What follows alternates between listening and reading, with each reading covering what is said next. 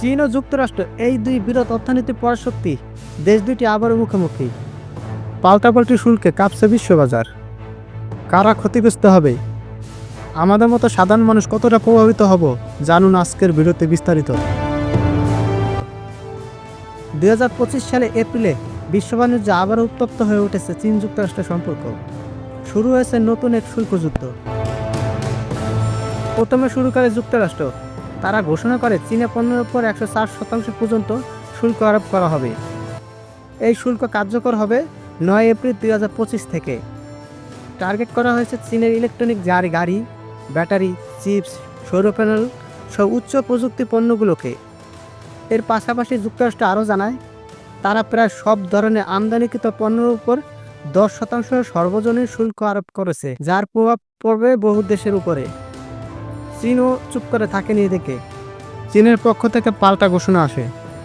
যুক্তরাষ্ট্রে কয়লা ও এলএনজি তরল গ্যাস এর উপরে 15% শুল্ক, অপরিশোধিত তেল, কৃষি যন্ত্রপাতি, বড় ইঞ্জিনের গাড়ি, পিকআপ ট্রাকের উপর 10% শুল্ক আরোপ করবে বেইজিং। প্রশ্ন হচ্ছে, এতে লাভ কার, ক্ষতি কার? বিশেষজ্ঞরা বলছেন, এই শুল্ক যুদ্ধ সরাসরি প্রভাব ফেলবে ইলেকট্রনিক্স এবং গাড়ির উপরে। আন্তর্জাতিক বাজারে তেল ও গ্যাসের দাম এবং সরবরাহ চেইন স্থিতিশীলতায়। সবচেয়ে বড় কথা, এই বাণিজ্য যুদ্ধের কারণে ভুগতে পারে মধ্য আয় ও নিম্ন আয়ের দেশগুলো, যারা দুই দেশের উপরে নির্ভরশীল। তবে একে শুধু বাণিজ্য লড়াই বললে ভুল হবে।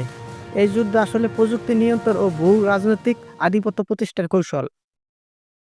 এই বাণিজ্য যুদ্ধ কি শেষ পর্যন্ত দুই দেশে শান্তিপূর্ণ আলোচনার মাধ্যমে থামবে, নাকি আমরা সামনে বড় কোনো অর্থনৈতিক সংকটের দিকে এগাচ্ছি? আপনার মতামত জানাতে ভুলবেন না। চীন না যুক্তরাষ্ট্র, কে জিতবে এই শুল্ক যুদ্ধে? কমেন্টে জানান এবং ভিডিওটি আপনার বন্ধুদের মাঝে শেয়ার করে দিন।